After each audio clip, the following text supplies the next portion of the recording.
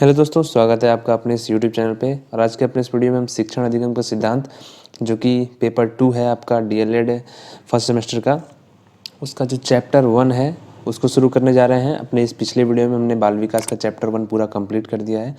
अगर आपने वो वीडियो नहीं देखा है तो इस वीडियो के डिस्क्रिप्शन में आपको लिंक मिल जाएगा, वहाँ से जाके आप उस वीडियो को देख सकते हैं। इस वीडियो में हम शिक्षण के जो फर्स्ट चैप्टर है, जो शिक्षण का अर्थ एवं उद्देश्य, इस चैप्टर का नाम है शिक्षण का अर्थ एवं उद्देश्य है, तो इसको हम देखेंगे। इसके हम कुछ क्वेश्चंस देखेंगे जो कि बहुत ही इंपॉर्टेंट है। और ये वीडियो डेडिकेटेड 2021 बैच जो डीएलएड का है उसके लिए है। हमने शुरुआत से पढ़ाना शुरू किया है और अंत तक हम बहुत जल्दी ही आपका सिलेबस पूरा कवर कर देंगे। तो आप शुरू से अंत तक इस चैनल पर अगर बने रहेंगे तो आपका कुछ भी छूटेगा नहीं और आपका एग्ज़ाम में बहुत ही अच्छे नंबर आएंगे। अगर आपने चैनल को सब्सक्राइब नहीं किया है तो कृपया करके सब्सक्राइब कर दीजिएगा, ताकि आपको सारे वीडियोज़ के नोटिफिकेशन मिलते रहें। तो चलिए शुरू करते हैं। देखिए, हमने लाइन से क्वेश्चंस को लिख दिया है, ताकि क्योंकि अगर हम हेडिंग वाइज पढ़ेंगे तो आपको समझ में नहीं आएगा कि आपके क्वेश्चंस पूछे कैसे जाने हैं। तो ये इसके लिए इम्पोर्टेंट है कि आप क्वेश्चंस को देखें कि क्वेश्चन पूछे कैसे जा रहे हैं और उनका आंसर आपको कितने वर्ड्स में लिखना है। ये बहुत इंपॉर्टेंट है, क्योंकि ये एक ऐसा एग्ज़ाम है जिसमें आपको टाइम मैनेजमेंट बहुत ज़रूरी होता है। अगर आप टाइम अपना मैनेज नहीं करेंगे तो आपका पेपर भी छूट जाएगा और आपके नंबर भी बहुत कम आएंगे। तो चलिए हम अपना पहला क्वेश्चन देखते हैं।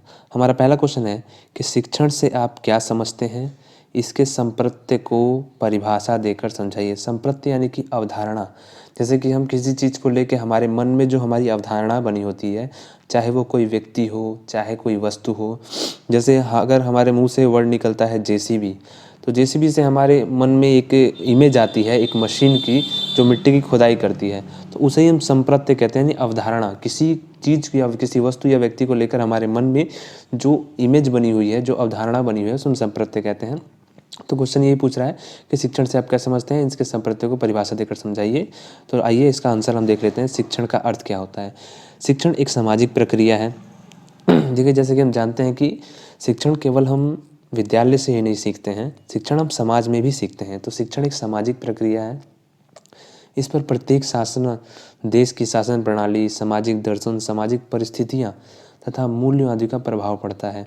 जिस देश में जैसी शासन प्रणाली या सामाजिक दार्शनिक परिस्थितियाँ होंगी, वहाँ उसी प्रकार की शिक्षण प्रणाली होगी। ये बिल्कुल सही बात है कि जिस देश की जैसी शासन प्रणाली होगी, वहाँ की शिक्षण व्यवस्था उसी तरह की होगी। शिक्षण शब्द के अंग्रेजी के टीचिंग शब्द का हिंदी रूपांतरण है। शिक्षण का अभिप्राय सीखना है। शिक्षण अधिगम पृथक पृथक प्रकार के अंगों में शिक्षक, शिक्षार्थी तथा पाठ्यक्रम है। देखिए, बहुत इंपॉर्टेंट ये क्वेश्चन होता है कि शिक्षण के कौन कौन से अंग हैं। तो शिक्षण के 3 अंग हैं। पहला शिक्षक, दूसरा शिक्षार्थी और तीसरा पाठ्यक्रम। तो ये आप याद रखिएगा, या फिर आप नोट डाउन कर लीजिए। सब चीज़ के आप नोट्स बनाते चलिए, क्योंकि ये नोट्स आपके रिवीजन में बहुत काम आने वाले हैं। तो लाइन बाय लाइन हम पढ़ा रहे हैं, लाइन बाय लाइन आप नोट्स बनाते रहिए। तो ये अलग से आप इंपॉर्टेंट करके लीजिएगा। शिक्षण के 3 अंग हैं, शिक्षण, शिक्षार्थी और पाठ्यक्रम। ये बहुत पूछा जाता है। व्यक्ति जन्म से लेकर मृत्यु तक कुछ ना कुछ सीखता रहता है। जब वह किसी भी उद्दीपक अर्थात वस्तु, व्यक्ति, स्थान, वातावरण आदि के संपर्क में आता है। ये जो वर्ड उद्दीपक है, इसको हम आपको डिटेल में बाद में समझाएंगे, क्योंकि यहाँ पे आपको समझाने लगेंगे तो वीडियो बहुत ही लंबी हो जाएगी। उससे वह सीखता रहता है। इसके परिणाम स्वरूप उसके व्यवहार में परिवर्तन होता है और उसके व्यवहार में परिपक्वता आती है तथा उसका व्यवहार समाज द्वारा वांछनीय व्यवहार में बदल जाता है। ठीक है, समाज द्वारा जो वांछनीय, वांछनीय का मतलब होता है कि जो चाहा हुआ है, मतलब समाज जिस प्रकार का व्यवहार आपसे चाहता है उसे वांछनीय व्यवहार कहते हैं। डॉक्टर राधाकृष्णन के अनुसार शिक्षा को मनुष्य और संपूर्ण समाज का निर्माण करना चाहिए। इस कार्य को किए बिना शिक्षा अनुविक और अपूर्ण है। मतलब शिक्षा का कोई अर्थ नहीं है। अगर शिक्षा इस कार्य को नहीं करती है तो शिक्षा का कोई अर्थ नहीं है। ये इम्पॉर्टेंट लाइन है, इम्पॉर्टेंट कोट है, इसे आप नोट कर लीजिएगा और इस पर इम्पॉर्टेंट लिख लीजिएगा। तो अब हम लोग देखते हैं शिक्षण का संकुचित अर्थ, नैरो मीनिंग ऑफ टीचिंग। ये टॉपिक बहुत ही इम्पोर्टेंट है। ये चाहे उस हेडिंग का ही पार्ट हो, मगर ये डायरेक्ट क्वेश्चन भी पूछ लिया जाता है कि शिक्षा का संकुचित अर्थ क्या है। तो इस क्वेश्चन को आप बहुत ध्यान से देखिएगा कि शिक्षा का संकुचित अर्थ क्या है, और इसको आप नोट भी कीजिएगा। अपने सारे नोट्स जो हैं साथ साथ बनाते चलिएगा। तो देखिए, शिक्षण के संकुचित अर्थ का संबंध विद्यालयी शिक्षा से है, जिसमें शिक्षक द्वारा एक शिक्षार्थी को निश्चित स्थान पर एक विशिष्ट वातावरण में निश्चित अध्यापकों द्वारा उसके व्यवहार में पाठ्यक्रम के अनुसार परिवर्तन किया जाता है। देखिए, शिक्षण का अर्थ ही यही होता है कि व्यवहार में परिवर्तन लाना, अर्थात यह परिवर्तन एक सुनियोजित ढंग से बालक को ज्ञान प्रदान करने की प्रक्रिया है। प्राचीन समय में शिक्षक केंद्रित शिक्षा थी। शिक्षक अपने ढंग से बालक को ढालने का प्रयास करते थे तथा उनकी रुचियों एवं अभिरुचियों को ध्यान में नहीं रखा जाता था, अर्थात फलन का वास्तविक विकास न होकर कृत्रिम विकास देखने को मिलता था। वर्तमान में प्राचीन समय के शिक्षण के आमूलचूल परिवर्तन हो गया है। वर्तमान शिक्षा प्रणाली बाल केंद्रित शिक्षा प्रणाली है। वर्तमान शिक्षा प्रणाली कैसी है? बाल केंद्रित है। वर्तमान शिक्षा प्रणाली में बालक की रुचियों को ध्यान में रखकर शिक्षण का कार्य किया जाता है। वर्तमान शिक्षा प्रणाली में जिसके परिणामस्वरूप बालक का विकास उसकी अंतर्निहित शक्तियों एवं रुचियों के आधार पर होता है। यह कहने का मतलब है कि उसके अंदर जितनी भी शक्तियाँ रहती हैं, अंतर्निहित या फिर जन्मजात जो शक्तियाँ हैं, उनके अनुसार, उनके आधार पर हम उसका विकास करते हैं। अतः शिक्षक आधुनिक शिक्षा प्रणाली में एक सहायक के रूप में कार्य करता है। ठीक है, यानी कि शिक्षक केंद्रित शिक्षा नहीं है, बाल केंद्रित शिक्षा है। शिक्षक एक सहायक के रूप में कार्य करता है। देखिए, तो शिक्षण का संकुचित आप समझ गए होंगे। शिक्षण के संकुचित अर्थ अगर हम एक लाइन में कहें तो इसका मतलब है कि विद्यालय शिक्षा, यानी कि फॉर्मल टीचिंग हम कह सकते हैं। औपचारिक शिक्षा जो होती है उसे हम संकुचित शिक्षा कह सकते हैं। यानी कि इसका जो स्थान होगा फिक्स होगा, समय फिक्स होगा, शिक्षण की प्रणाली फिक्स होगी, अध्यापक फिक्स होंगे। तो जब हर चीज़ एकदम सुनियोजित हो, पहले से ही फिक्स हो, तो उसे हम संकुचित शिक्षा कहते हैं। ठीक है, अब शिक्षा का हम व्यापक अर्थ देखते हैं। वाइडर मीनिंग ऑफ टीचिंग, ये भी डायरेक्ट क्वेश्चन पूछ लिया जाता है, शिक्षण का व्यापक अर्थ क्या होता है। तो इसे कब आप एक क्वेश्चन की तरह लिखिएगा कि शिक्षण का व्यापक अर्थ क्या है। तो देखिए, शिक्षण के व्यापक अर्थ में वह सब सम्मिलित किया जाता है जो मनुष्य अपने संपूर्ण जीवन में सीखता है। यानी कि वह अपने जीवन में, या चाहे वह अपने घर पे सीखे, चाहे खेल के मैदान में, चाहे दोस्तों के साथ, चाहे विद्यालय में, यानी कि जहाँ भी उसको किसी भी प्रकार के सीखने के मिल रहा है, जानकारी मिल रही है, उसे हम शिक्षण के व्यापक अर्थ के अंतर्गत लाते हैं। मनुष्य अपनी प्रवृत्ति के अनुसार कुछ ना कुछ सीखता रहता है। सीखने का काम व्यक्ति या वस्तु द्वारा किया जाता है। मनुष्य सबसे पहले समाज की सबसे छोटी इकाई परिवार से सीखता है। सही बात है, मनुष्य सबसे पहले किस सीखता है? अपने परिवार से सीखता है। विद्यालय में जाकर शिक्षक, विद्यार्थी एवं वातावरण से सीखता है। इसके उपरांत समाज में पाई जाने वाली विभिन्न एजेंसियों, मंदिर, मस्जिद, गुरुद्वारे, गिरजाघर आदि से सीखता है तथा इसके अतिरिक्त समाचार पत्र, नाटक, सिनेमा, विचार गोष्ठी, प्रदर्शनी और तमाम तरह की ऐसी जगह होती हैं जहाँ से उसे कुछ ना कुछ सीखने को मिलता ही मिलता है। अतः उपरोक्त के आधार पर कहा जा सकता है कि शिक्षण का व्यापक अर्थ वह है जिसमें व्यक्ति औपचारिक, अनौपचारिक, निरौपचारिक साधनों के माध्यम से सीखता है। यानी कि शिक्षा के व्यापक अर्थ में हर तरह का माध्यम आ जाता है, और शिक्षा के संकुचित अर्थ में सिर्फ हम औपचारिक शिक्षा, जो कि विद्यालय में जिसका समय फिक्स होता है, हर चीज़ फिक्स होती है, उसको हम देखते हैं। तो चलिए अब आगे हम शिक्षण की कुछ परिभाषाएं देख लेते हैं। हालांकि परिभाषाएं तो बहुत सारी हैं, पर यहाँ पे हमें कुछ इम्पॉर्टेंट जो परिभाषाएं हैं वही हम देखेंगे। ठीक है, और इन परिभाषाओं को आप नोट करते चलिएगा क्योंकि ये बहुत इंपॉर्टेंट है और अक्सर एग्ज़ाम में 2-3 नंबर का पूछ लिया जाता है। तो रायबर ने इसके बारे में क्या कहा है? आपने शिक्षण को स्पष्ट करते हुए कहा है कि शिक्षण के 3 बिंदु होते हैं: शिक्षक, विद्यार्थी एवं पाठ्य वस्तु। ये बहुत ही इम्पोर्टेंट क्वेश्चन है कि शिक्षण के कितने बिंदु होते हैं और वो कौन कौन से हैं। तो ये आप मोस्ट इम्पॉर्टेंट करके लिख लीजिएगा कि शिक्षक, विद्यार्थी और पाठ्य वस्तु, इन तीनों के बीच संबंध स्थापित करना शिक्षण है। यह संबंध बालक की शक्तियों के विकास में सहायता प्रदान करता है। चलिए अपना अगला देख लेते हैं। अगला हमारा BF स्किनर ने कहा था। स्किनर ने शिक्षण का अर्थ स्पष्ट करते हुए लिखा था कि शिक्षण पुनर्बलन की आकस्मिकताओं का क्रम है। ठीक है, पुनर्बलन की आकस्मिकताओं, ठीक है, का क्रम है। ये जो शब्द है पुनर्बलन, इसको हम आपको डिटेल में समझाएंगे। ठीक है, आगे देखते हैं कि योकम और सिम्पसन ने क्या कहा था। शिक्षण का तात्पर्य उस प्रक्रिया से है जिसके द्वारा समूह के लोग अपने अपरिपक्व सदस्यों को जीवन से सामंजस्य स्थापित करना बताते हैं। ये सारे इम्पोर्टेंट हैं, इसलिए आप इनको नोट कर लीजिएगा। क्लार्क ने क्या कहा था? क्लार्क ने शिक्षण की परिभाषा देते हुए कहा था कि शिक्षण वह प्रक्रिया है जो शिक्षार्थी के व्यवहार में परिवर्तन लाने के लिए नियोजित तथा संचालित की जाती है। उपरोक्त परिभाषाओं से स्पष्ट हो रहा है कि शिक्षण के माध्यम से शिक्षार्थी के व्यवहार में परिवर्तन किया जाता है, अवगुणों के स्थान पर गुणों का विकास किया जाता था। सुप्तावस्था यानी कि जिस अवस्था में, सुप्तावस्था मतलब कि सोई हुई अवस्था, जिसमें बच्चा जो होता है वो एक्टिव नहीं होता है, तो सुप्तावस्था में पड़ी सद प्रवृत्तियों का उदय किया जाता है। यानी कि बच्चा जो लेज़ी टाइप का होता है या उसके अंदर जितनी भी रुचि, अभिरुचि, खेलने की प्रवृत्ति जो सुप्त रूप में पड़ी होती है, सोई हुई होती है, उसको जगाने का प्रयास किया जाता है। बर्टन ने अब क्या कहा है? बर्टन ने कहा है कि शिक्षण सीखने के लिए दी जाने वाली प्रेरणा, निर्देशन व प्रोत्साहन है। ठीक है, ये जो परिभाषाएं दी हुई हैं, क्योंकि ये यहाँ से बर्टन की जो ये पॉइंट दिए हुए हैं ये उतने इम्पोर्टेंट नहीं है, यहाँ पे जो परिभाषा दी हुई है यही इम्पोर्टेंट है। बाकी यहाँ पे ये जो जितने भी आप John Brubaker, K P. Pandey, Ryans, Smith, Jameson और जितने भी ये सारे मनोवैज्ञानिकों के आप कोट देख रहे हैं, ये सब उतने इम्पोर्टेंट नहीं है। मैंने यहाँ पे रख दिया है इनको, आप चाहें तो इन्हें वीडियो को पॉज करके इन सब कोट्स को नोट कर सकते हैं अगर आपको अतिरिक्त जानकारी पढ़नी है टेट या सुपर टेट के उद्देश्य से। वरना आपके डीएलएड के एग्ज़ाम के लिए जितना मैंने ऊपर बता दिया है वो इम्पोर्टेंट है, यहाँ से आपके लिए इम्पोर्टेंट नहीं है। हालांकि आप चाहें तो नोट कर सकते हैं।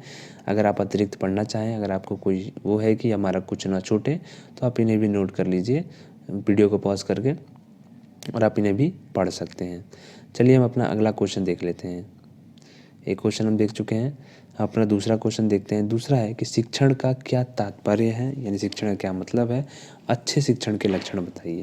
तो चलिए हम इसका भी अपना आंसर देख लेते हैं कि अच्छे शिक्षण के क्या लक्षण होते हैं। तो देखिए, शिक्षण की विशेषता है, शिक्षण वह साधन है जिसके माध्यम से बालक का विकास इस प्रकार किया जाता है कि बालक की में परिस्थितियों से लड़ने और वातावरण में समायोजित होने की क्षमता आ जाए। कहने का मतलब है कि बच्चों को जब हम शिक्षा देते हैं तो शिक्षा देने का हमारा उद्देश्य यही होता है ताकि बच्चा जो है वो समाज में समायोजन कर पाए, अपनी हर परिस्थितियों से लड़ सके, किसी भी परिस्थितियों का डट के सामना कर सके। जो क्रिया अपने लक्ष्यों को जितने ही सरल एवं अच्छे ढंग से प्राप्त कर लेती है वह उतनी ही उत्तम मानी जाती है। शिक्षण एक साधन है अथवा क्रिया है, इसलिए इसकी भी अच्छाई और बुराई अपने लक्ष्य की प्राप्ति और अप्राप्ति में सम्मिलित होती है।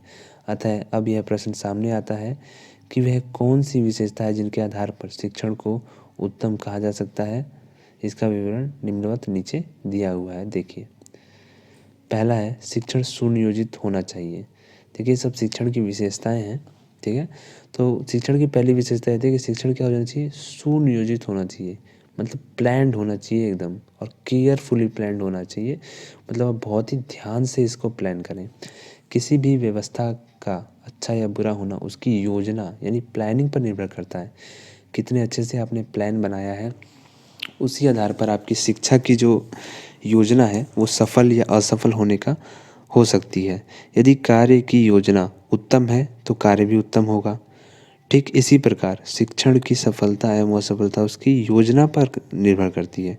अगर आपकी योजना अच्छी है तो आपका शिक्षण भी अच्छा होगा। अगर आपकी योजना ही अच्छी नहीं है तो आप कितना भी मेहनत कर लीजिए, आपका शिक्षण अच्छा नहीं होगा। लेकिन योजना में लचीलापन होना चाहिए, जिसे कक्षा में परिस्थिति वशंस परिवर्तन किया जा सके। यानी कि परिस्थितियाँ अगर बदलती हैं तो आपकी शिक्षण व्यवस्था में भी परिवर्तन किया जा सकता है। शिक्षण व्यवस्था को लचीला होना चाहिए, ठीक है। अपना अगला हम देख लेते हैं। अगली विशेषता क्या है कि शिक्षण सुझावात्मक होना चाहिए, ठीक है। Teaching is suggestive. अच्छा शिक्षण सुझावात्मक होना चाहिए। इसमें बालक को आदेश प्रदान न करके सुझाव प्रदान करना चाहिए। कहने का मतलब है कि हमें बालक को आदेश नहीं देना चाहिए, उसे सुझाव देना चाहिए कि आप ऐसा कर लीजिए, आप ऐसा कर सकते हैं, आपको ऐसा करना ही है, ऐसा नहीं कहना है हमको, हमको कहना है कि ऐसा कर लो बेटा, आप ऐसा कर सकते हो, ऐसा कर लो। अच्छा शिक्षण वह है जिसमें कलम स्वयं पर किसी का तनिक भी दबाव महसूस नहीं करती है। अतः शिक्षक ऐसा हो जिसे जो सुझावात्मक तरीके का प्रयोग करना चाहिए। इसके लिए भाटिया, जो डॉक्टर भाटिया हैं, उन्होंने लिखा है a good teacher suggests rather than dictates. मतलब एक जो अच्छा टीचर होता है वो सजेस्ट करता है, डिक्टेट नहीं करता है। ठीक है। डिक्टेटर मतलब तानाशाह होता है, जो तानाशाही करते हैं। अपनी तीसरी जो विशेषता है वो है शिक्षण दया एवं सहानुभूतिपूर्ण होना चाहिए। तो देखिए, आपको हेडिंग आप याद रखिएगा बस। अगर आपको हेडिंग याद रहती है, जैसे पहली हेडिंग हमने बताई शिक्षण सुनियोजित होना चाहिए, तो आप इसमें 4 लाइन अपने आप लिख सकता है। क्योंकि शिक्षा, अगर आपको पता है कि शिक्षा प्लान्ड होना चाहिए, तो आप इसमें 4 लाइन लिख लेंगे। शिक्षण सुझावात्मक होना चाहिए, शिक्षण दया एवं सहानुभूति वाला होना चाहिए, अच्छा शिक्षण प्रेरणादायक होता है। तो आप हेडिंग याद रखिएगा, हेडिंग रहेंगे तो आप 4 लाइन ज़रूर उसमें लिख लेंगे। अब जैसे दिया है कि शिक्षण दया एवं सहानुभूतिपूर्ण होना चाहिए, कहने का मतलब है कि अगर बच्चा किसी चीज़ में असफलता महसूस कर रहा है, यानी कि सब्जेक्ट को वो पढ़ने में कठिनाई महसूस कर रहा है, तो हमें उससे सहानुभूति रखनी है, ना कि उसको डांटना है, फटकारना है कि तुम तो बहुत ही डल हो, पढ़ने में कमज़ोर हो। ऐसा नहीं करना है। हम उसको सहानुभूति दिखानी है, उस पर दया रखनी है और उसको उपचारात्मक शिक्षण देना है ताकि वो और अच्छा कर पाए। उसे हमें डांटना नहीं है, दबाना नहीं है, मारना नहीं है। ठीक है। तो ऐसे आपको हेडिंग पता रहेगी तो आप 4 लाइन अपने आप लिख सकते हैं। ठीक है। अच्छा शिक्षण प्रेरणादायक होता है, मतलब जो अच्छा शिक्षण हम होता है उसकी विशेषता ये है कि वो प्रेरणा देता है, ना कि प्रेरणा को घटाता है। शिक्षण का अर्थ ही होता है कि हम बच्चे को प्रेरणा दें किसी कार्य को करने की, नई नई खोज करने की। ठीक है। इसमें देख लेते हैं, अच्छा शिक्षण वह कहलाता है जिसमें शिक्षक द्वारा ऐसा वातावरण तैयार किया जाए जिसमें बालक स्वयं क्रिया करने को तत्पर रहते हैं और उससे कुछ सीखता है। शिक्षक को चाहिए कि वे बालक को अधिक से अधिक प्रेरित कर सके, क्योंकि बालक को सीखने की जितनी रुचि होती है, बालक उतना ही अधिक सीखने का प्रयास करता है। तो हमें बालक को प्रेरणा देनी है ताकि उसकी शिक्षण में रुचि उत्पन्न हो सके। ठीक है। तो ये कुछ विशेषताएं थी। हालांकि विशेषताएं तो और बहुत सारी होती हैं, मगर आपको इतना जानने की ज़रूरत नहीं है क्योंकि क्वेश्चन आपका 2 ही नंबर का पूछना है। अब 2 नंबर में आप कितना लिखेंगे? ठीक है। इसलिए आप ज़्यादा मत पढ़िए। अगर 10-20 हेडिंग दी हुई हैं तो उसमें से आप 5 ही पढ़िए, मगर बढ़िया से पढ़िए। ठीक है। तो इतना सफिशिएंट है। हालांकि विशेषताएं तो बहुत सारी होती हैं, आप अपने मन से ही बना के लिख सकते हैं। अगला क्वेश्चन हम देख लेते हैं अपना। अगला क्वेश्चन है हमारा कि शिक्षण प्रक्रिया क्या है, इसमें शिक्षक व छात्र कैसा संबंध होना चाहिए, ये हमें स्पष्ट करना है। तो चलिए इसका भी उत्तर हम देख लेते हैं कि शिक्षण प्रक्रिया कैसी होनी चाहिए और उसके छात्र उसमें क्या संबंध होना चाहिए। तो देखिए, शिक्षण प्रक्रिया हम देख लेते हैं। शिक्षण प्रक्रिया में 3 स्तंभ के मध्य क्रियाकलाप होता है, जैसे कि हम पहले ही बता चुके हैं। 3 स्तंभ होते हैं, शिक्षक होता है, शिक्षार्थी होता है और पाठ्यक्रम होता है, जिसके माध्यम से एक निश्चित परिणाम निकल कर आता है। इसमें प्रथम स्तंभ कौन है? शिक्षक होता है, टीचर होता है, जिसके पास अपनी योग्यता, अनुभव, गुण, उपलब्धियाँ एवं अपना दार्शनिक दृष्टिकोण होता है। दूसरा स्तंभ शिक्षार्थी होता है, जिसके व्यवहार में परिवर्तन होता है या परिवर्तन हमें करना होता है। इसके भी अपने आदर्श, मूल्य, योग्यता होती है, क्योंकि बालक के पहले से कुछ अवधारणाएं बनी होती हैं, थॉट्स बने होते हैं। ठीक है। तीसरा जो स्तंभ होता है पाठ्यक्रम होता है, जिसके अनुसार शिक्षक द्वारा बालक के व्यवहार में परिवर्तन किया जाता है। इन 3 स्तंभों के मध्य कक्षा कक्ष में होने वाली पारस्परिक विचारों के आदान प्रदान को ही शिक्षण कहा जाता है। तो शिक्षण का अर्थ आप समझ चुके होंगे। शिक्षण प्रक्रिया क्या है? कि शिक्षण के जो 3 स्तंभ होते हैं उनके मध्य है पारस्परिक अंतः क्रिया होती है कक्षा कक्ष में। इसको आप इस फिगर से भी समझ सकते हैं। देखिए, यहाँ पे नीचे एक फिगर दिया हुआ है, इस फिगर को देखिए। यहाँ पे दिया हुआ है टीचर पर्सनैलिटी, यहाँ पे दिया है टीचर पर्सनैलिटी। ठीक है। इसको थोड़ा और जूम आउट कर देते हैं। हाँ, और यहाँ पे दिया हुआ है पर्सनैलिटी स्टूडेंट। देखिए, interest, views, customs, idols, values, environment और एजुकेशन। कहने का मतलब है यहाँ पे कि जो टीचर जिस टीचर का जैसा व्यवहार रहेगा वैसा ही स्टूडेंट का भी व्यवहार पसंद करेंगे। जैसे स्टूडेंट के अंदर जो व्यवहार है और टीचर के अंदर जो व्यवहार है वो जब एक दूसरे से आकर मिलेंगे तभी बच्चे शिक्षण में इंटरेस्ट लेंगे। ठीक है, इसको आगे हम और अच्छे तरह से देख लेते हैं। एक सेकंड। हाँ, देखिए, उपरोक्त रेखा चित्र में स्पष्ट है कि कक्षा यानी क्लासरूम में अध्यापक पर छात्र एकत्रित होते हैं, जिसमें शिक्षक का अपना व्यक्तित्व होता है, उसके अपने आदर्श, मूल्य, शिक्षा वातावरण, रीतियाँ होती हैं और छात्रों की भी अपनी रुचि, योग्यता, वातावरण तथा प्रभाव व भिन्न भिन्न रीतियाँ होती हैं। इस प्रकार वातावरण में शिक्षक अपने ज्ञान को छात्रों को देता है तथा छात्र उसे ग्रहण करने का प्रयास करते हैं और छात्र और शिक्षक के बीच जितना अच्छा साधारणीकरण स्थापित होता है शिक्षण उतना ही प्रभावी होता है। ठीक है, इसको आप समझ चुके होंगे। चलिए हम अपना अगला क्वेश्चन देख लेते हैं। अगला हमारा क्वेश्चन है कि शिक्षण एक जटिल प्रक्रिया है, इसकी समस्याओं का वर्णन कीजिए। जैसे कि हम देख चुके हैं कि शिक्षण एक जटिल प्रक्रिया है, अब इसमें कौन कौन सी समस्या आती हैं इसका भी हम आंसर देख लेते हैं। तो ये देखिए शिक्षण की आपकी समस्याएं क्या क्या होती हैं। पहले इसके बारे में थोड़ा सा और देख लेते हैं। प्रत्येक समाज की संरचना, उसके सिद्धांत, उसकी सभ्यता और संस्कृति तथा बदलती हुई आवश्यकता होती है और शिक्षा का उद्देश्य वर्तमान समाज में स्थापित सिद्धांत, सांस्कृतिक मूल्य, आदर्श और आवश्यकताओं को जन सामान्य तक पहुंचाना होता है। अरे समाज विद्यालय की स्थापना क्यों करता है? ताकि जो समाज के आदर्श हैं, मूल्य हैं, आवश्यकता हैं, उनको आगे आने वाली पीढ़ियों में हम स्थानांतरित कर सकें। और शिक्षण के उद्देश्य शिक्षा के उद्देश्यों से ही निर्मित होते हैं। जिस प्रकार समाज परिवर्तनशील होता है उसी प्रकार शिक्षण के उद्देश्य परिवर्तनशील होते हैं।